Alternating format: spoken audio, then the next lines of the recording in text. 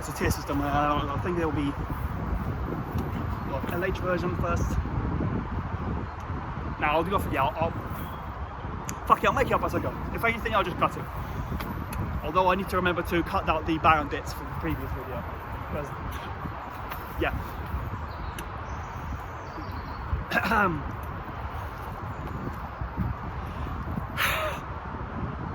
I can see my reflection in my helmet.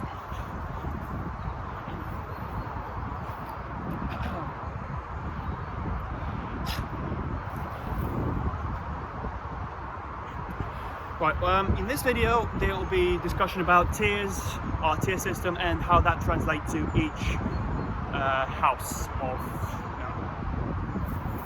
take two. House. Fucking hell. Shit, what's it called?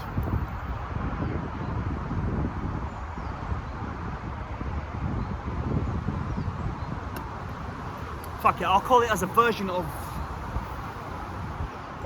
portrayal. Fuck it, that doesn't make much sense. Shit. Version of portrayal. Nope, I definitely forgot the word house. That's as close as it comes to, but fuck it, area of reenactment, there you go. Let's go with that. Right, this video will be about our tier system and how each tier translates to a character you can portray on LH or at a show, basically. So our tier system goes from tier 1 being the lowest up to tier 9, the highest. So tier 9s, they are, and I know I'm saying the wrong end, but that's just easier way to cover it. Nah, screw it. Just a bit, fuck it, I'll start again. Right, this video is about our tier system and how each tier translates to what you can portray at a show. So, our tier system goes from tier 1 being the lowest up to tier 9, highest. So, tier 1 is on LH is, well, actually both with LH and combat. That's a tenant farmer. On LH, you're basically the poorest portrayal that you can be. You're probably as poor as a serf, so you're looking at minimal kit, basic colours, no embroidery, things like that. Then for combat or ballatories, what you're having is just your civic kit, plus gloves, a shield, kite shield, and a spear. That's all you need really. So that is quite a cheap version in terms of getting, both historically and spending money today. Now there is also an oratory, the church version. However, I'm not too familiar with that. The only one I know is tier 5 is a priest. Tier 1 I think is a lay brother. However, if you're interested in that, I could refer you to someone who knows better. So for this one, I will only be talking about laboratories and ballatories. Okay, so in terms of armor, tier 1, you can have a light gambeson, which, well, yeah, I can't really see much, but underneath is a gambeson. The sleeve would come up to about here, that sort of thing. But I don't know if you guys use them. I know some Viking reenactment do, but yeah, you can have them at tier 1. However, light gambesons are unlimited to tier 1s and 2s, so there's only so much you can use it for. And the helmet. For any armor to count as you wearing armor, you need a helmet. So you can have a helmet without any armor other than that. So no gambeson, just wear a helmet with an arming cap. And the only thing that does is show that, you know, people did wear helmets, obviously, as well as provide some actual protection. You know, you're not going to get hit on the head, well, purposely, but you know, should there be an accident or anything like that, you've got a helmet there. Tier 2 is, unfortunately I don't remember the exact rank of it, but on the civilian one, essentially what you're portraying is someone who lives close to a town or a city, who has access to the city's trade, and so you're able to, well, given that your land makes more than enough to pay your taxes and feed your family, you can then sell off the excess easily and you make yourself a bit more money. So essentially you're more of a town folk as opposed to someone who's rural, a richer farmer basically. In Ballatories you would be a militia, which, tier 1 is, or in Ballatories proper title is levy. So yeah, militia is someone who can arm themselves better, as well as probably someone who's doing their 40-day service a year. So yes, basically all civilians have to give their lords 40-day service a year as conscription, and then they do things like, guard duties.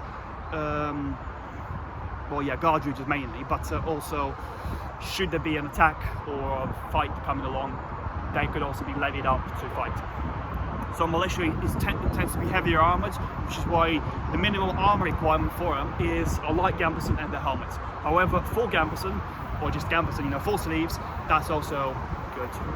Well, you can use it as well with a helmet. You can also wear a male corset, so sleeves up to about there, no coif, and cut off at just below the waistline. That's the sort of one you're looking for, but that would be quite a richer city person. I'll go into first few LH ranks first now.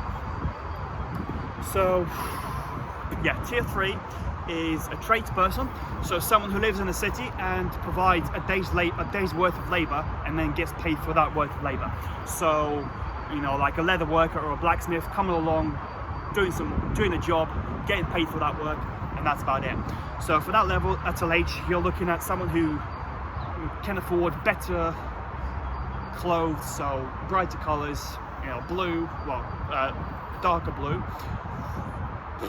darker colours basically. Some embroidery as well, just to show off that you can afford it. That's what you're looking for. Just show that, yeah, look, I can afford it. Hey, look at me. That sort of thing. Tier 4 on LH still. Tier 4, that's a merchant. So for that is someone who owns a business, probably pays a few tradespeople to work for them. Essentially, there are business owners, not so much rich, but well off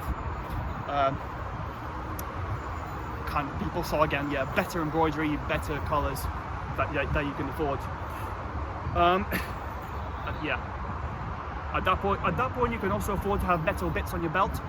So things like a more decorative belt buckle and a belt end as well. I don't have them with me, however, I could take a picture later. So that you could go up from pewter, possibly silver. Then tier 5 LH is a bourge. So that is basically a original version of a bourgeoisie. So what you're looking for is a merchant who has expanded their business quite a lot, and they have become a bourgeoisie basically, a mass owner of business basically.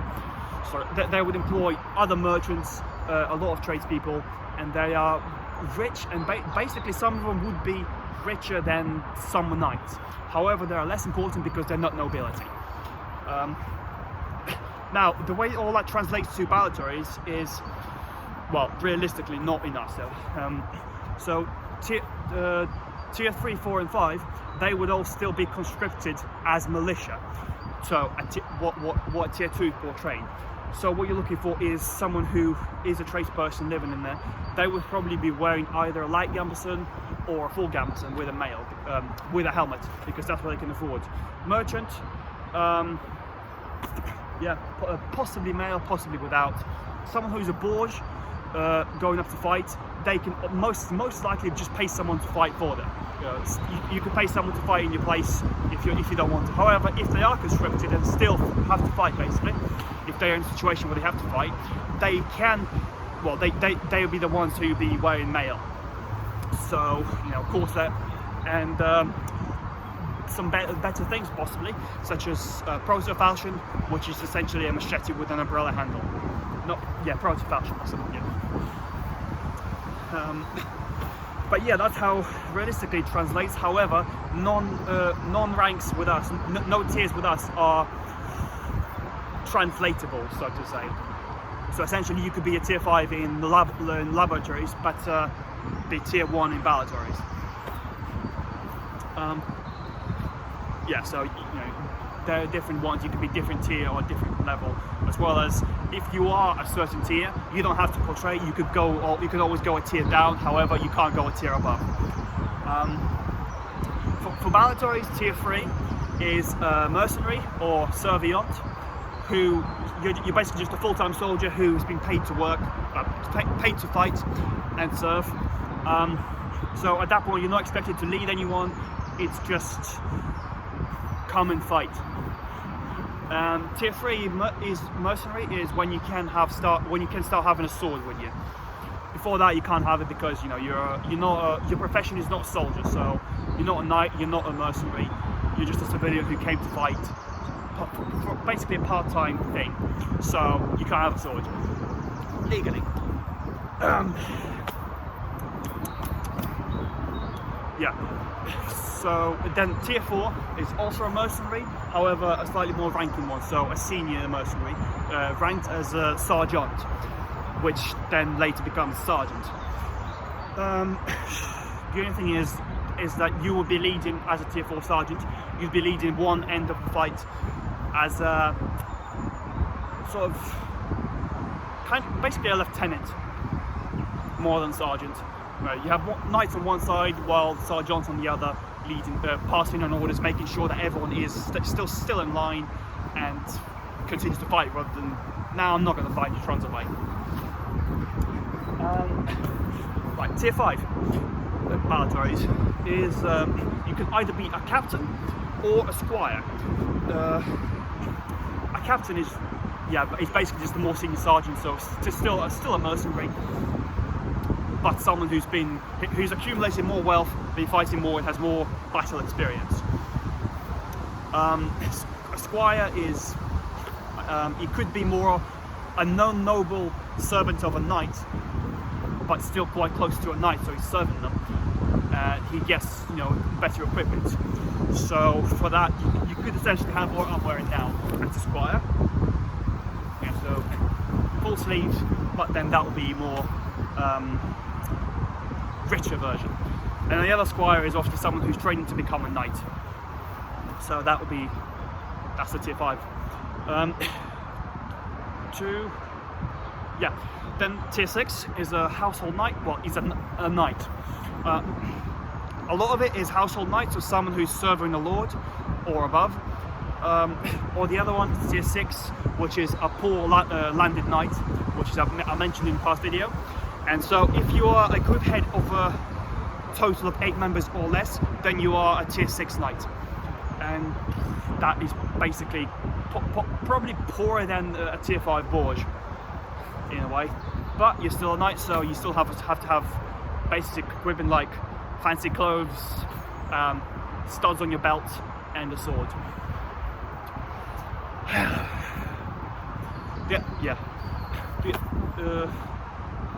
Again, that also translates to LH, so better clothes as a tier 6. You're serving someone. So if you're a household and you're a household of an earl, your household knight of an earl, then you could have pretty much the same kit as a baron, Right, hopefully I'm not missing much out. That's the LH versions of it. Right, tier 7, both laboratories and laboratories. In terms of difference of your kit, for LH between 6 and 7, not much other than more embroidery and slightly longer tunics. Yeah, also your tunic should get longer and longer the higher your tier is. Tier 7 laboratories, pretty much the same as a knight.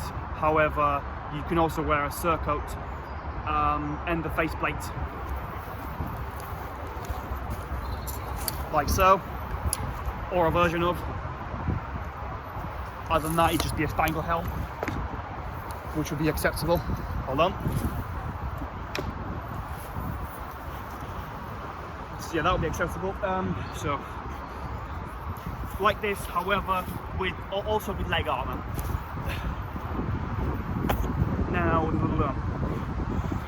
yeah, that's a lord. You'll be a lord basically. A landed knight, but a richer version of it. Next up is tier 8. That's all the regional positions. So Baron basically. Of it, all these also translate to female versions as well. You know, like Dame, Lady, Baroness, Countess, and so on. So for that, again, you're pretty much the same as a lord. Same as a lord, but you probably have you know, your personal heraldry, a household, more knights in your household, and some fancier colours as well. So things like dark black, a colour that is basically purple but not quite dark purple. That is limited to tier 9. What's next? So that is the Earl or Countess. But basically, all the ranks from tier 6 to 9, they are just knights. However, they all have different jobs. You know, basically all these Earl, Baron, Lord, they're basically job titles as opposed to their status. But their status is all just knights. However, you know, unless you become a head of a country or, you know, you take up a national position, then you're not going to be an Earl. In East Anglia, however, there's at least 3 regional positions open, so there's 3 positions for a Baron.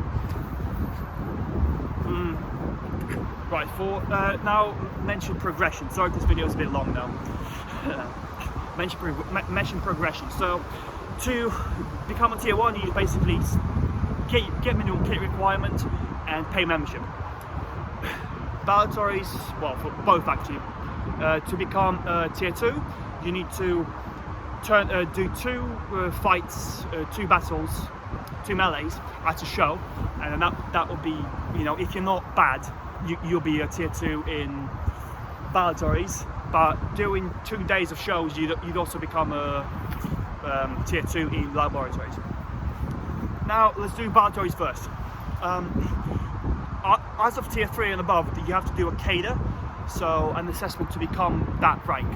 At tier 3, what you're looking for is just showing that you can fight effectively. That's about it, really. You know, if you can fight safely and effectively, you'll most likely just pass tier 3. Now, any transferred reenactors or reenactors who have done at least a show season of other periods that are slightly more, you know, relevant. So if you're doing like Civil War, that's quite different, so it may not apply. But so, you know, other ones like the Vikings, you basically can go straight for a tier 3 CADA at your first show. So if you wanted to, you could get your kit ready for a Servion rank if you want to. Or if you don't, you can still do the CADA and then just not portray that rank, you know, until you want to. Yeah, tier 4, you're looking for, as well as effective fighting, you're looking to become to show off that you can be a second in command of a line. So you would probably be taking a CADA along with someone who's doing their Squires or a Knight's CADA, and you'll be put on the other end, and you know, you relay orders and command that side of your line effectively. Tier 5 is pretty much the same thing, but however, what you're looking for is someone who can also lead a line on themselves, because some, you know, like I said before, you can also be a rank of captain, which means you could essentially be trusted to lead an army by yourself. Yeah. Tier 6 or above, well, tier 6 or above is all covered by a Knight's CADA, because like I said, it's all those positions are just the status, they're just knighthoods. So there'll be a Knight's CADA, and for that, as well as all the previous what you would do for tier 5, you have to lead a line, so you need to demonstrate that, as well as showing that you can use the sword effectively. So you'd have to fight both 1-on-1s and 1 against 2. So for that, you're showing that, you know, you're not too crazy with your sword. You can actually fight effectively and safely. And I'd recommend during those parts you lose, because then what you're also demonstrating is your ability to have a good show death. Because if you always win, well, we haven't seen how you die and how you act when you're dead, that sort of thing. Right. In LH, slightly different. What we also have is a load of guild systems. So things like leatherworking, metalworking, there's a lot of them. I'll post a list up later of all of them, and if you want to be added to any of them, once you've decided whether or not you want to stay in Nomanis, then I can add you to them. So within all of those, there is a ranking system. So you could become an apprentice, journeyman, or a master. Now, basically for all of them, you need to do a little assessment piece, submit it on an assessment page, and then you'll be assessed on that by a master. So if you become an apprentice, then you are eligible for Tier 3 LH, laboratories. Journeyman is Tier 4, and Tier 5 is Master. Right, Tier 6, if you are an officer, such as a group head or above, you could have your rank transition from valedictories. So if you're a lord, then you're a lord, basically, on both of them. There are other ways to become Tier 6, but most of them involve having like an officer held responsibility, or be a household member, a household knight, which would give you also an LH impression of a household knight. So that will make you a Tier 6. Right. Well, I think that covers the basics of it, hopefully. As I said, you can be eligible straight for Tier 3. So I guess snap, you're at least Tier 2s now. In LH, similar things apply. So you, as transferred veteran reenactors, you can go straight in as a Tier 2 on LH. So which would actually make more sense, since you guys are city folk. You're actually a city group. So if you introduce yourself as your name of Norwich, then you're saying you're from city. So being a Tier 1 farmer in a city is a bit inaccurate. So it actually makes more sense for you to be Tier 2s, at least. Okay, so that covers it. Next bit, I will do a little demonstration of how a line battle should go. I'll be using my wasted shield, so it's not a kite shield, but it's just a representative to give you an idea of what it should be. So yeah, hopefully I haven't missed much out.